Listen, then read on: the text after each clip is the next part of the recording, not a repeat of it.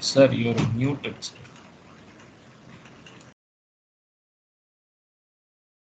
Yeah, I didn't say anything yet. Yeah, we'll start right away. The slide is visible, right? Yes, sir. Yes, sir. Yeah.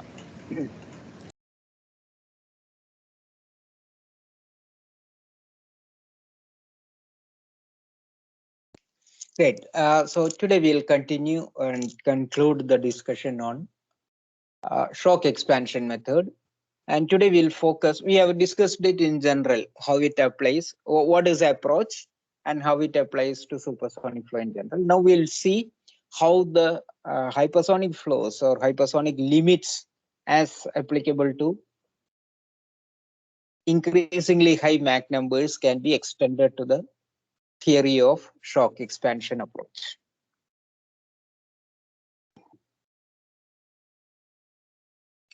I guess you remember what we discussed yesterday. Shock expansion method is just a combination of oblique shocks and expansion fan. We use the closed form relations which help us calculate the static pressure distribution. Now, what we are focusing further is on the application of or applicability of that into hypersonic flows. Now, the most important thing that we observe between hypersonic and supersonic flows for comparable shapes is that, which I have been discussing for quite some time in different contexts, that the shock layer is thin, or in other words, the shock angle is very small. And this is something which we have observed right from beginning. When you have an oblique shock, as the Mach number increases for a given compression angle, the wave angle keeps reducing. So when you have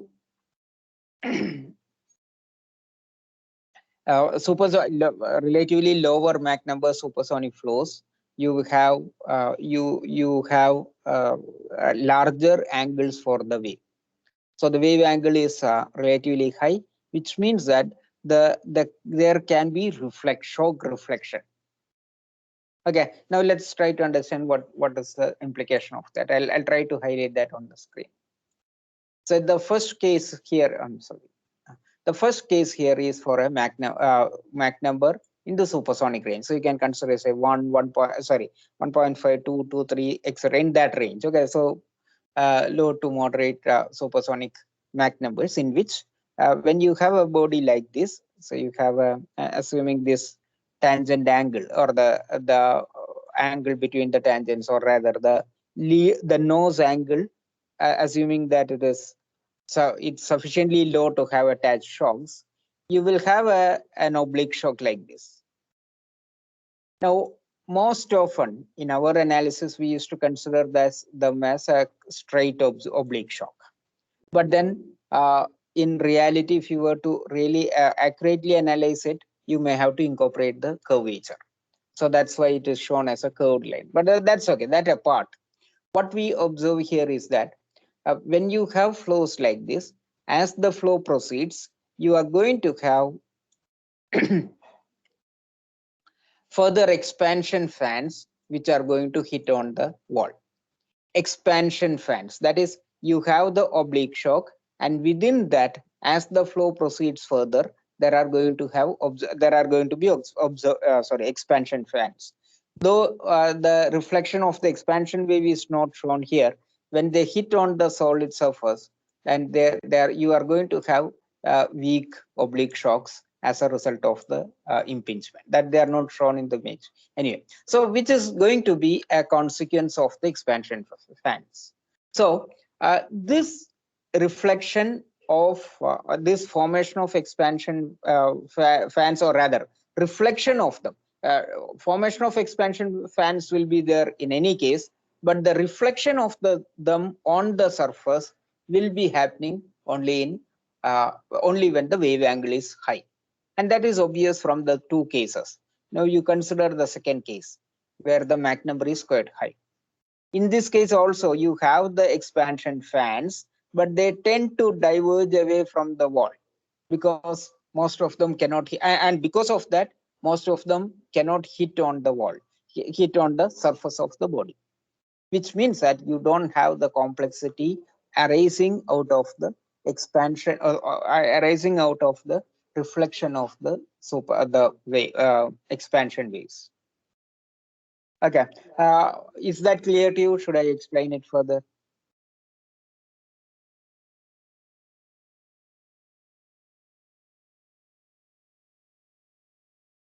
Okay, appears that it's okay. So then it means that when we are actually considering supersonic flow, when you are considering attached oblique shock formed at the nose of a supersonic flow, when you consider the pressure distribution on the body, strictly speaking, you have to consider the impact of this reflection waves also. That is, again, remember what we discussed yesterday, we are concerned about the pressure distribution on the wall. Okay. So when I'm actually considering the pressure distribution, if I need to have an accurate calculation, then I should, in addition to the oblique shock, I should also account for the reflection of these pressure waves, because at each point, because of this reflection, there is going to be a variation in the pressure, surface pressure. So this reflection of these expansion waves on the surface are going to affect the surface static pressure. Whereas in hypersonic flows, since the wave angle is very low, the reflection is very unlikely to happen on the surface, and hence you probably don't have the issue of that to be considered significantly on the surface pressure distribution. So the surface pressure is sort of not impacted by the possible reflections. Okay, no, what does it, or why is it important in the context of what we are discussing? This indicates that in hypersonic flows, the shock expansion theory may be more accurate than in supersonic flows, because shock expansion theory, as we have seen yesterday, does not account for the reflection. And in hypersonic flows, you don't have the reflection. I'm saying practically, you don't have the reflection. Whereas in supersonic flows, you may have the reflection. So your prediction of shock expansion theory, which does not account for the expansion, the reflection, that may not be as accurate as it could be in hypersonic flows. So in summary, the shock expansion method may lead to more accurate results in hypersonic flows than supersonic flows. Okay. Okay. Now this is actually this is how we actually base the argument in favor of hypersonic flows, and this has been actually experimentally verified also. For a given body, actually the comparison is shown here. The first plot here. So I'm showing this from an application perspective of the shock expansion theory.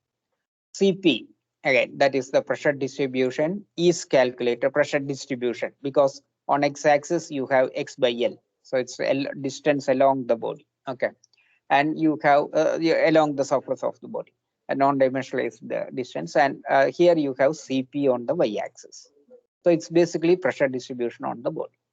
Now the plot shows, for the first plot shows values for Mach number 2.73. So it's like kind of an intermediate supersonic Mach number. Okay. So in this supersonic range, the comparison here shows three values actually. This dots, individual dots show experimental values, so they are the exact ones, and the dash, the broken line shows the shock expansion method. Okay, that is pressure distribution calculated based on shock expansion method for a body for at Mach number when the free stream Mach number is 2.73. Okay, now superimposed on that, you can also the numerical methods. This method of characteristics will be discussing later in the course. But that's more like a numerical method. Okay, so for now we'll just keep it aside. But then comparing the experimental result and the shock expansion theory, we see that there is some difference. Actually, considering the simplicity of the method, even this match is fairly acceptable. But even then, we see that there is some deviation. Okay, that is pressure distribution that is slightly deviating as you go towards the trailing end. Okay. Now, when you consider the same for a higher Mach number for the same body, just around the hypersonic range 5.05, you can see that the comparison is even more closer. That is, the experimental values are in the initial part, they are practically falling on the shock expansion theory method, and then even later they are fairly close, or at least they are closer than that for supersonic flow. That is because you don't have the effect of the shock reflection.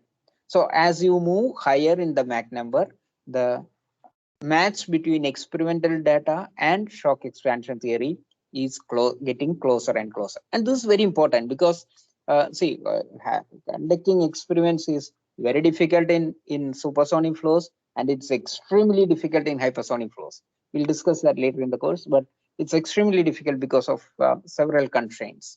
So even if we have a match like this, I mean the close proximity of results like this, based on a closed form theoretical analysis, which is quite straightforward, it's quite useful for whatever shapes it is applicable to.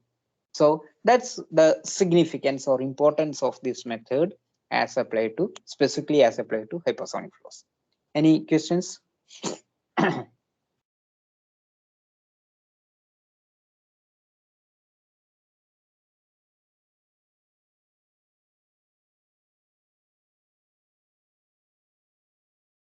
Okay, good. Now we'll take up an example for shock expansion method. We have not we yesterday what we looked at was a numerical example for a simple Newton theory application for L by D calculation. Here we are looking at a flat plate in supersonic flow based on shock expansion method. So we have a flat plate on which the static pressure distribution is to be calculated. Okay. You have the flow coming at supersonic velocity, that is m equals approaching Mach number is 2.5. You have the approaching static pressure, okay, P1, that is free stream static pressure. You can call it P infinity or whatever. Anyway, that is equal to 60 kilopascals. And you have a flat plate which is at an angle of attack 3 degrees. So it's at inclined with the mainstream direction. So unlike the diamond shaped foil that we considered yesterday, which we considered without an angle of attack, here you have an angle of attack. So because of the angle of attack, the top portion acts like an expansion region because it's deviating, it's turning the flow away. And because of the same reason, the bottom region acts like a compression corner because it's like a corner. It's like turning the flow towards the mainstream itself. So you have an oblique shock because of this compression angle. Okay, so that defines the flow field as we have. So you have a flow impinging because of that. Now you see the regions 1, 2, and 3. 1 is the free stream region, 2 is the region above the top region where you have a flow after the expansion fan, and 3 is below the flat plate where you have a region that is below the which is within the oblique shock region. So 1, 2, 3. Okay, now once we conceptualize this image and understand what are the pressure waves that are formed, then it's quite easy to solve it for pressure distribution. We just limit to the pressure distribution. Now the top side P2, the whole region we can assume to be having, the surface can be assumed to be having a pressure P2, and the bottom region can be assumed to be having a pressure P3. P2 obviously is going to be lower because it's coming after an expansion fan. P3 is going to be higher, and this is what we discussed yesterday in terms of the pressure differential that is caused by waves. So this eventually contributes to the wave drag. Okay, so P2 and P3, these are the ones that we have to calculate to estimate the static pressure distribution on the body. And importance of it, please remember, once you have the pressure distribution, you can calculate estimate the aerodynamic forces, lift, drag, etc. Okay, so now it's straightforward. Region 3 is solution of a Prandtl-Meyer expansion. That is our familiar relation. Theta is equal to nu of m2 minus nu of m1. Nu of m2 minus nu of m1. Right? Here, I have written it here. The theta is 3 degrees. That is equal to nu of m2 minus nu of m1. M1 is 2.5. So from this, you can calculate, can solve for it, can calculate it from the gas tables or from the online applet. Quite straightforward. You can get, actually in this case, probably will be easier to get it from the tables anyway, because Mach number is what you have to find out, and the applet is designed in for the applet. The input is Mach number. In fact, you can use it, use the applet also, but you may have to do try 2-3 values of Mach number to get the accurate value. And that's all. So you get the Mach number as I'm sorry, as 2.65. I would request you to please check these values. Please work out the numerical, any numerical problem that I present. Please do work them out yourselves, so that you know how to do it, and you can also check whether the values that I'm putting here are correct or not. If there are any mistakes, please let me know. So M2 is equal to 2.65. Once we know M2, we can use the tables again to calculate P2 by P1. This is 0.791. So you get the P2 by P1. If I know P2 by P1, P1 is given already as 60. So P2 can be easily calculated. So the static pressure distribution on the top side is obtained because of the, I not calculated it, so please find that P2. So that is the top, the static pressure distribution on the top side of the flat plate.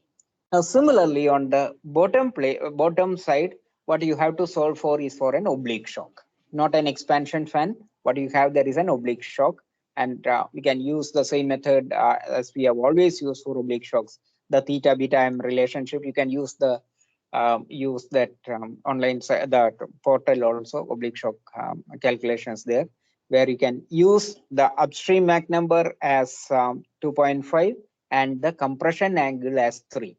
Why is the compression angle at 3? Because that's what is indicated here as the angle of attack. So that angle of attack is actually the angle of compression here. So based on that, you can calculate the Mach number in that region, M3, and then based on that, you can calculate the P3 by P1, because and the initial Mach number is given, so you can, P1 is given, so you can calculate P3. So if I know P2 and P3, then I know the pressure distribution on the flat plate. I can, if I want, I can calculate lift and drag. I can express this as CP, etc. But then the fundamental, the basic question here to first estimate the pressure distribution. Okay, so this is how shock expansion method is made use of in supersonic flows. Actually, the same method applies to hypersonic also, except for that you may be, if the Mach numbers are quite high, you will be able to use the hypersonic limit for that. We'll just do one more example. We'll just consider this. I've done part of the calculation.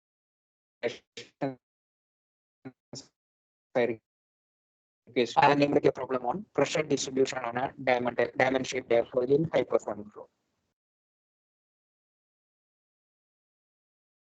I repeat that. So here the angle of attack is 0. So we can consider the pressure distribution to be symmetric on the top and bottom side. You are not going to have different pressures. So on a diamond-shaped airfoil in hypersonic flow, here the Mach number is high. I guess it is given as Mach 12.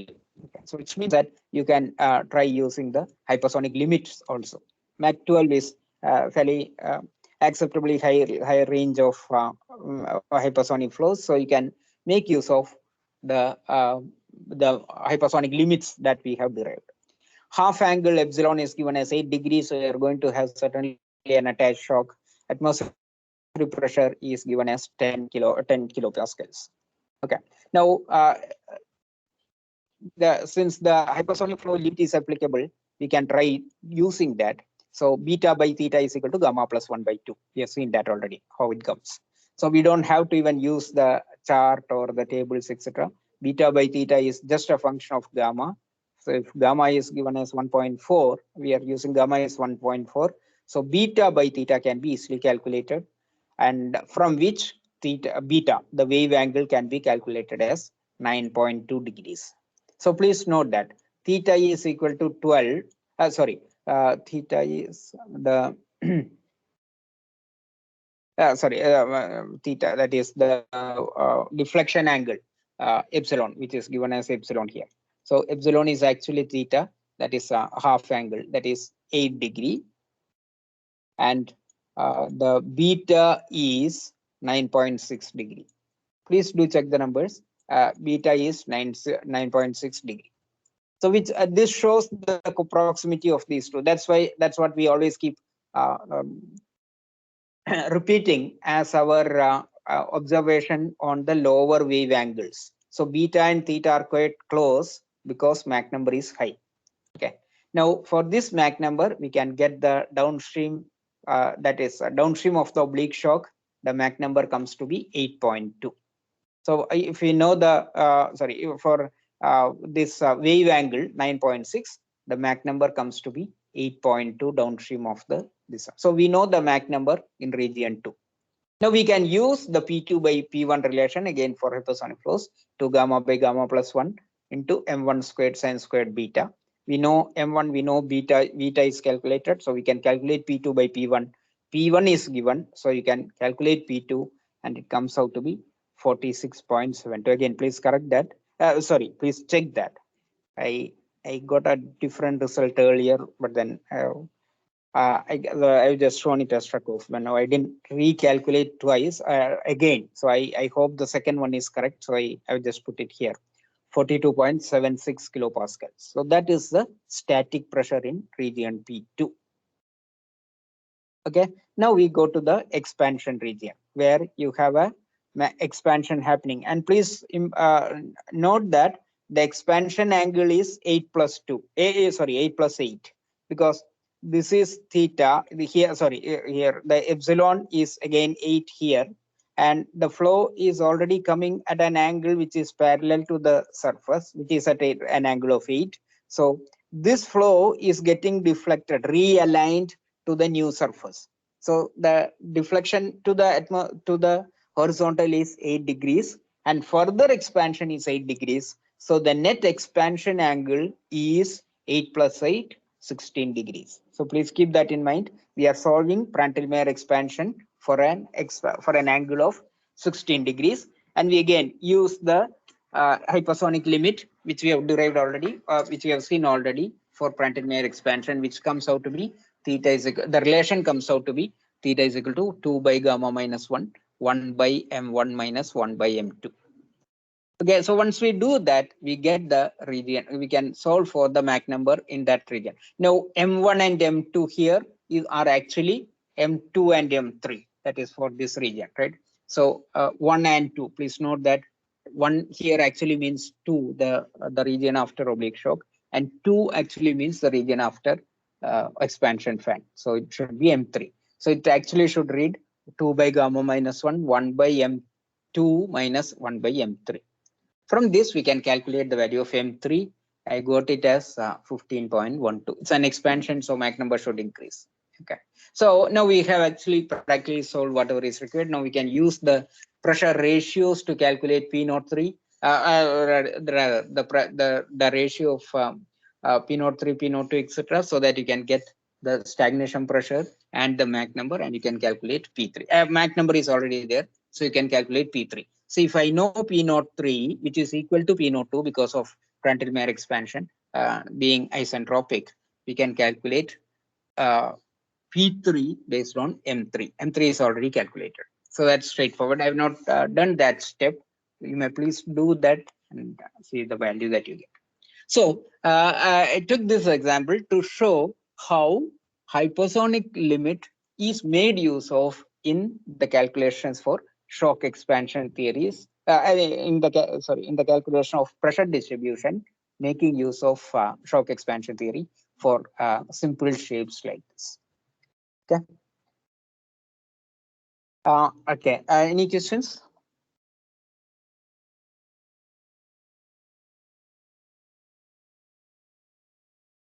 In fact, I'll stop the talk here today, and we will move on to the remaining two presentations.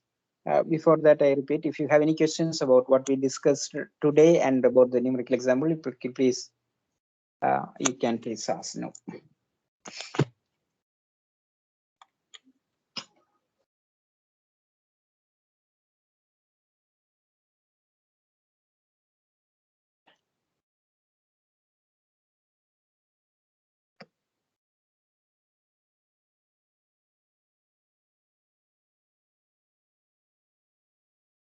Questions. In fact, when you say or when you don't raise questions, I tell myself that I'm explaining things very well and people are understanding, students are understanding that, etc. So I may be wrong actually. So please correct me, and if there is anything that I need to explain further or explain in a different way, etc., you can let me know in the class or in the QA hours on Saturday or anytime. You can just mail me, send me a message or call me or whatever. Okay, so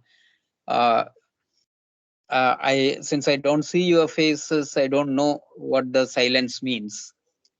I tend to take it as naturally I would try to take it as that things are clear and you don't have any doubts. But that may not be true also. So please, any point of time. This I'm not saying as class as a whole actually.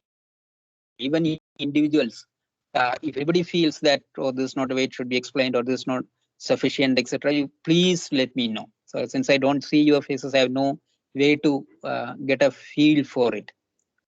Particularly if things are not really clear enough to you, etc. So please, I repeat that, please get back to me if there is any change that I should make in the way that I talk or I present or I explain. Okay. With that, I will keep quiet and I'll you may please request which team, team 4, right, to do team 4 and 5 are remaining now, right? Yes, sir. The team 4 may please. I'll stop sharing. Team 4 may please. Yes, sir. One second. Yeah.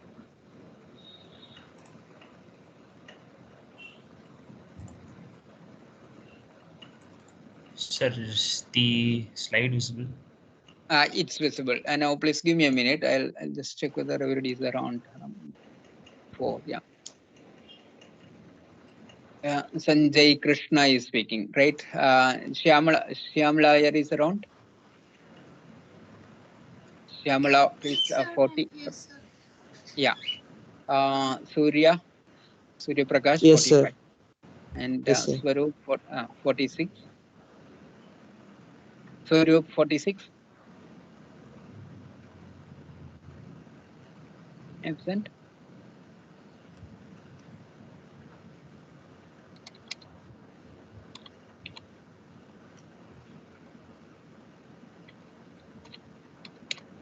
Okay.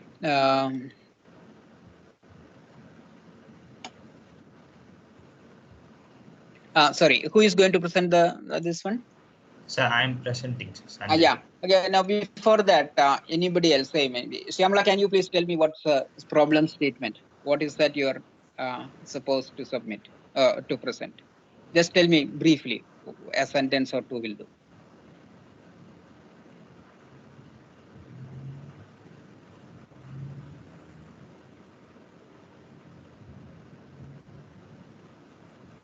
Uh, 40, roll number 40, Shyamala, please.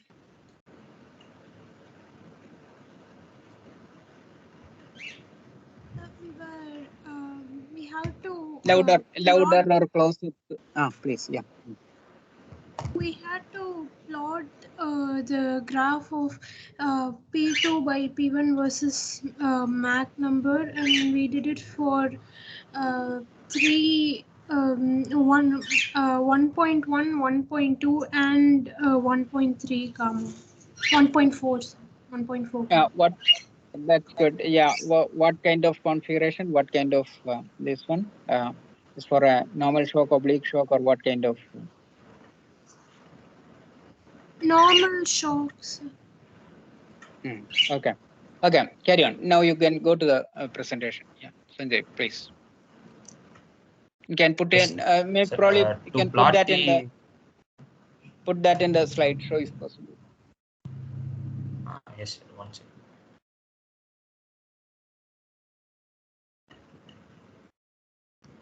Is it okay, sir? Not in Hello? slideshow yet. It doesn't seem to be in slideshow yet. It's okay. Actually, the only thing your phones look too small. That's why I said put that in. Okay. Or if you I'll, read it out, it's okay. You just read out yes, sir, whatever sir. you're. I'm not able to see you. So for the plot, we used the formula 2 gamma by gamma plus 1 into m1 sine b square minus 1 plus 1, sir. Yeah. So that's a Yeah. parabolic graph. So we got Yeah. this for Mach numbers 2 to 24 with a step of 2, and these are the values, and this is the graph. No, sorry, So your slide is not changing, or maybe I have. I'm still seeing the same slide. That is the second slide. so now, sir. Now you have a table in between, right? In the Yes, sir. previous Yes, slide. sir. And okay, yeah, yeah. No, please, Now, no, go. Please go back to that. This one. Yeah, don't move. Yeah. yes, sir. So you have a pressure ratio of P2 by P1. You are calculating pressure ratios P2 by P1, and for three values of gamma 1.1, From 1.2. Mach numbers 2 Mach to number is 24, 2 sir. to 24. And then Okay. for Yeah, that's clear. Yeah. Proceed. Yeah. yes, sir. So this is the graph. So as we see from the graph, for smaller values of Mach number, we don't see much of a difference in the pressure ratios. So the difference is significant only when we move towards Mach 20 and above. So that's the inference. No, go back. Yeah. So what? Sorry, go back. Please be with the Graph. plot. Okay, Yeah. sir. So your observation here is that there is actually at lower Mach numbers, the impact of gamma is lower, right? Yes, Is that sir. what you're Yes, saying? yes, sir. Higher Mach Yes, numbers. sir. Yeah. So now, as a team, what do you feel the difference? So these are P2 by P1, right? Yes, sir. Yesterday we discussed rho 2 by rho 1, right? I guess team had presented. Yes, sir. What do you feel as the difference in the trends between rho 2 by rho 1 and P2 by P1? Uh, I difference guess in they also presented it for the the various values of gamma, if I remember correctly. Yeah. yes, sir. Yes, sir. Yeah. What do you feel? The difference. I don't remember their plot, That's sir. okay. So I can't. It's worth checking that. It's worth checking that. I request you to just go through their presentation and see if there are any salient observations. We can discuss Okay, that sir. later. Okay, sir. And now Okay, sir. please go to the next slide. And this is the inference, sir. At lower Mach number, the variation of gamma has only little impact on the pressure ratio. So if we move to a higher Mach number, we can see the impact of gamma on the pressure ratios. So which means that at higher Mach number applications, the gas property has a strong, can have an increasingly higher impact on the pressure ratio, right? Yes, Pressure ratio across the shock, right? Yes, yes, sir. sir. Yes, sir. Okay. Yeah, that's fine. Now, just this one, you keep having or use higher phones than this, okay? And this Oh. just not only based on your class presentations, even for your project presentations, etc. When you make your project review presentations for project reviews, etc. please have a habit of having higher fonts. So they should be visible, readable, from a reasonable distance from the screen. Okay. Okay, sir. Okay. Thank you. That's Thank you, your sir. inference is clear to me. Yeah. Now we can go to the next. Okay, sir. Next. Thank you. By the way, anybody else has any questions about this? They can ask. No. Okay. Then we'll go to group 5. Yeah.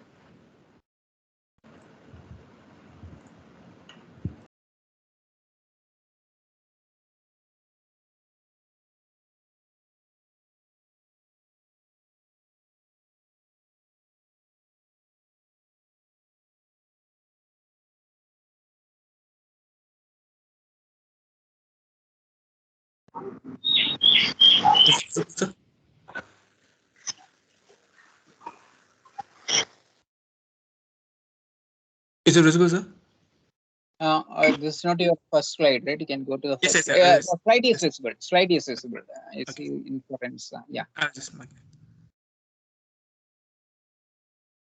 By the way, everybody is around. Who are the?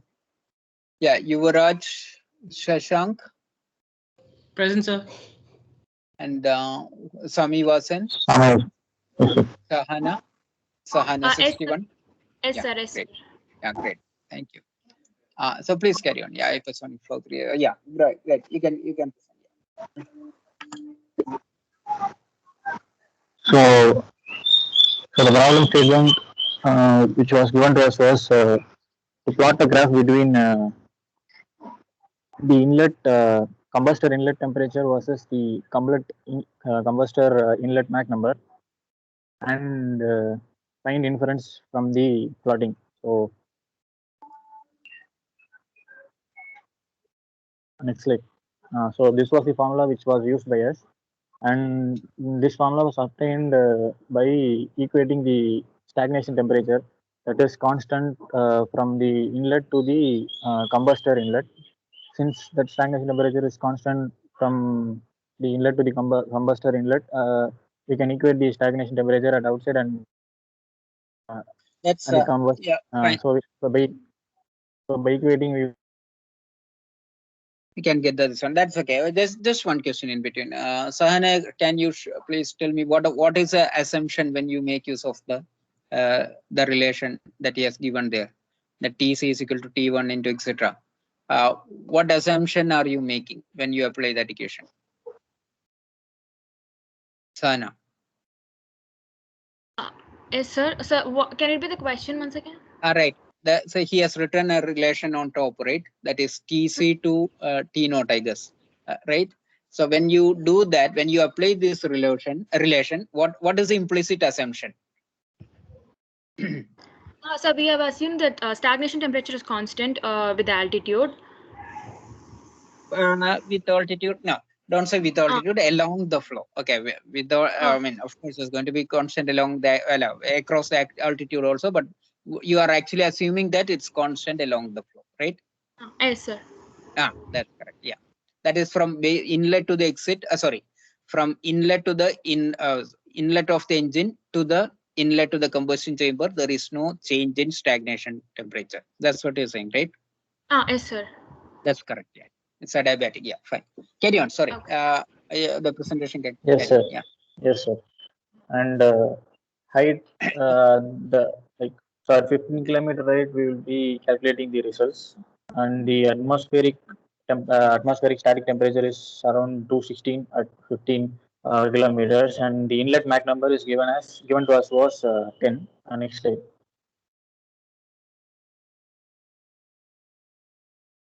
So this was the plot which we are getting. It was similar to rectangular hyperbola, something like that. So it was inversely proportional. As you can see here from the graph, as Mach number increases, we can see that the inlet combustor inlet temperature was reducing. And if the Mach number if it is very less, then we can see that the inlet temperature is increasing. So this was the inference which we can find from this. And next slide.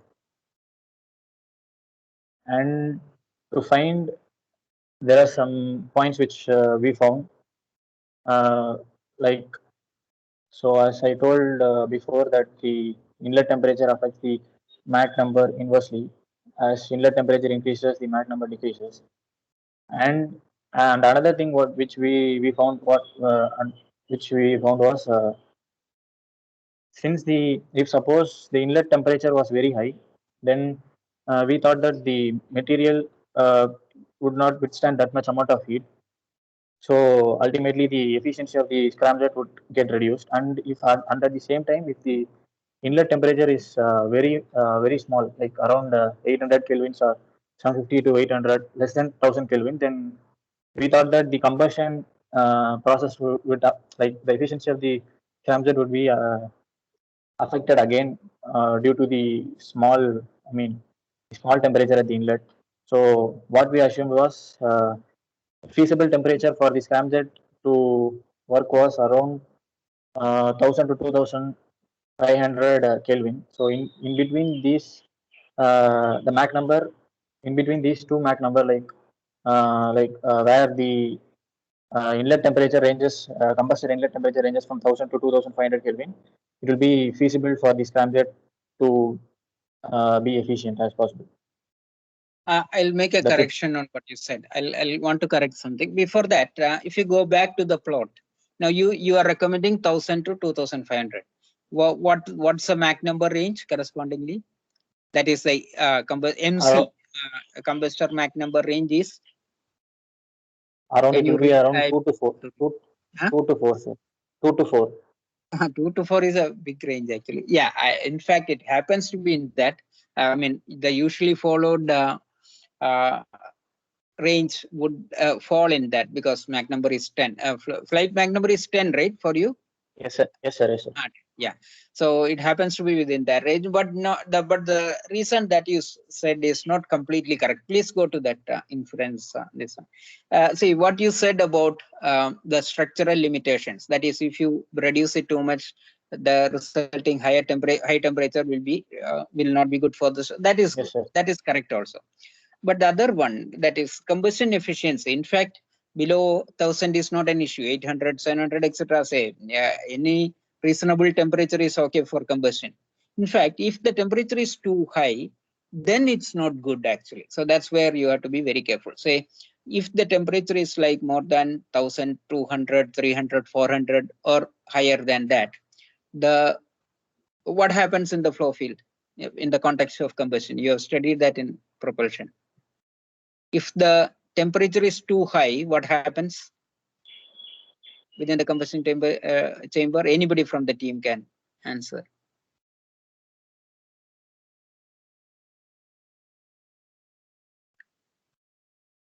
Anyway, so let me ask a more general question. Combustion is an endothermic reaction or exothermic reaction? Exothermic. I need an answer. Huh? Exothermic. Exothermic, that's correct. Yeah. Now, why is it exothermic? Because there are a series of, say, for example, hydrogen plus oxygen is plus O2 gives half H2 is an exothermic reaction, right? But what happens at higher temperatures? If it is too hot, what happens in the product reactant complex within the combustion chamber? I'm sure you have studied about, at least in first year chemistry, you certainly have studied about dissociation reactions, right? Yes, Yes, sir. sir. Yes, sir. Yes. Yeah, dissociation reactions are endothermic. So one consequence of high temperature is that you may have reactions also proceeding in the opposite direction, and that's in that context only you have studied about equilibrium condition, etc. in combustion. Okay, so that is, you have forward reaction, you have backward reaction, etc. But these backward reactions will be favored a lot when you have high temperatures, and these backward reactions are endothermic in nature. So they will absorb energy, they will absorb thermal energy, which means that you cannot have too high temperature within the combustion chamber.